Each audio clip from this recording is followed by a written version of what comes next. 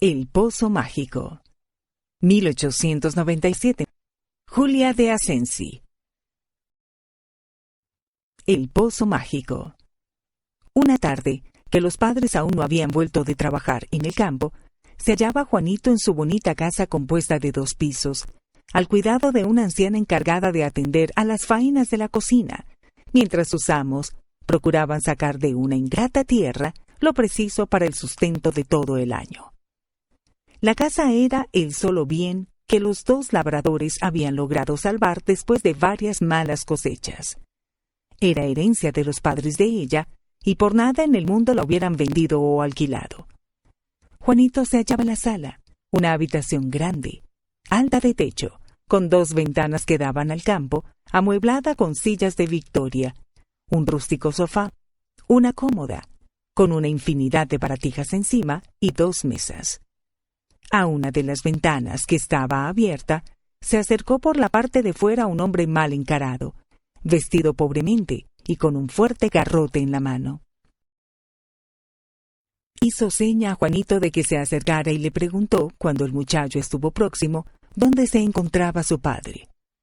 «En el campo grande», contestó el niño. «¿Y dónde es eso?», prosiguió el hombre. «Por lo visto es vuestro forastero cuando no lo sabe.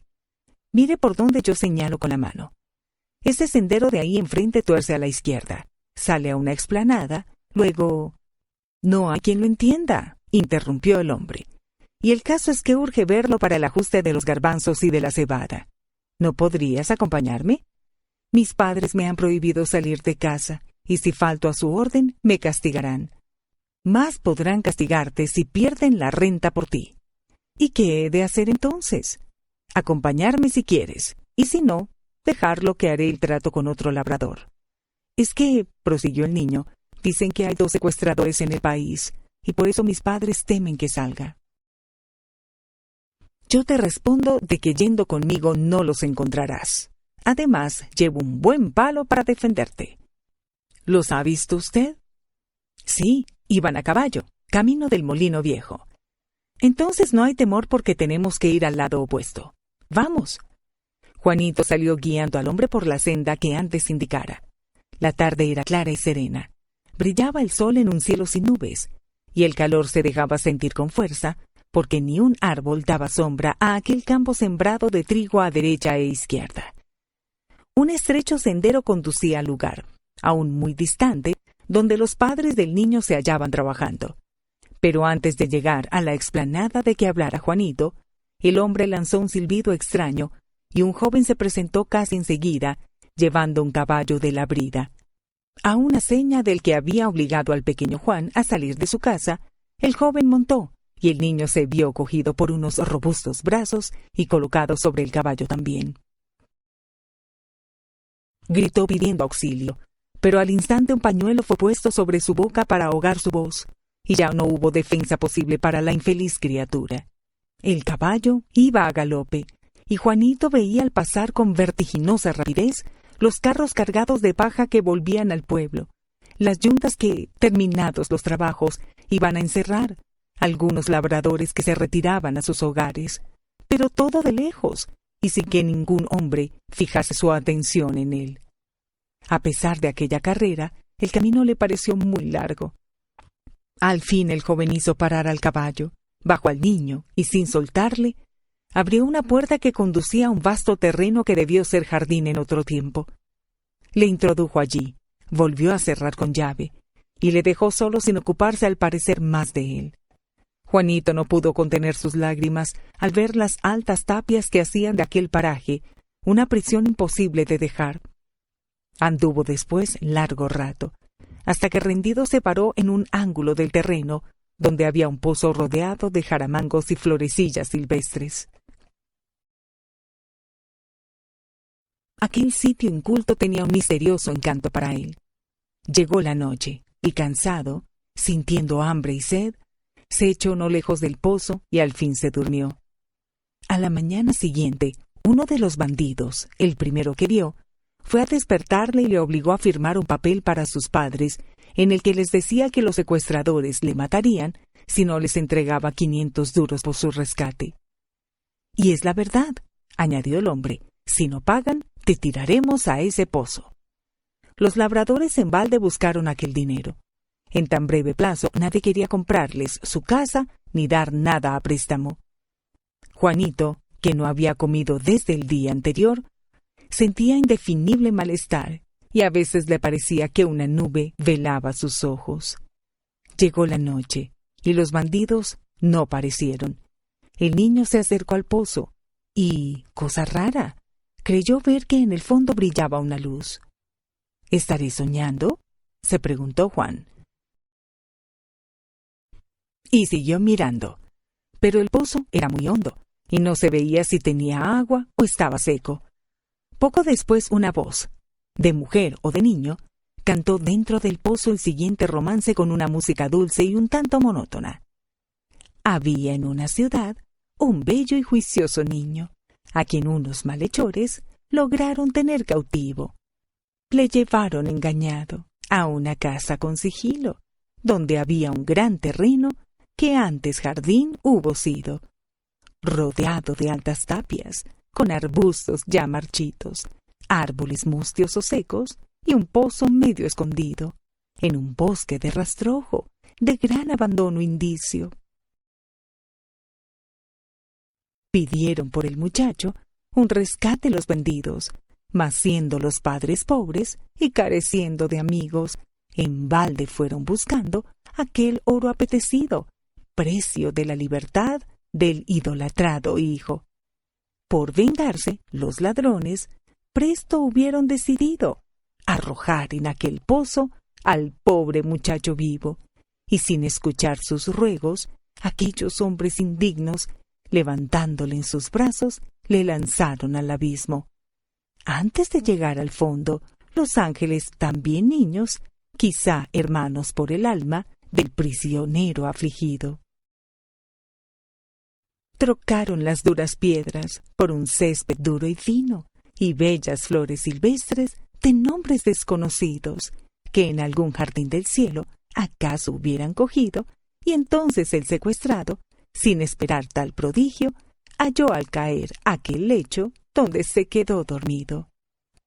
La voz se fue extinguiendo poco a poco, y Juanito no oyó las últimas palabras del romance, pero aquel canto le había llenado de esperanza. Sabía que si le arrojaban al pozo no tendría nada que temer. Miró hacia el fondo y observó que la luz, que poco antes viera brillar, había desaparecido. Se echó sobre la hierba y esperó con relativa tranquilidad la vuelta de los malvados secuestradores. Estos llegaron a las 12 de la noche, muy disgustados porque los padres de Juanito no habían depositado el dinero en el sitio indicado, pues los infelices no habían encontrado ni la 20ª parte de lo pedido. «Le arrojaremos al pozo mágico», dijo el más joven, señalando al niño. «Esos rústicos no habrán dejado de dar aviso de lo que ocurre a la Guardia Civil, y para probar que no somos nosotros los secuestradores, tenemos que desembarazarnos del chico. ¿Cómo creerían que no éramos culpables si hallaban al muchacho con nosotros? ¿Y no le buscarán en el pozo? Y a propósito de ¿por qué le llamas mágico?», preguntó el otro bandido. «Porque algunas veces se oyen en él gritos, y en el pueblo aseguran que está encantado». «¿Y tú lo crees?». «Yo no, pero lo llamo así por costumbre que tengo de oírlo». Siguieron hablando, y por último se acercaron a Juanito, y sin atender a sus ruegos, le arrojaron al pozo. El pobre niño perdió el conocimiento antes de llegar al fondo, así es que no supo si había allí el lecho de flores hecho por los ángeles sus hermanos. Cuando volvió en sí se halló en un pequeño cuarto acostado en una humilde cama. Un hombre y una muchacha velaban junto a él.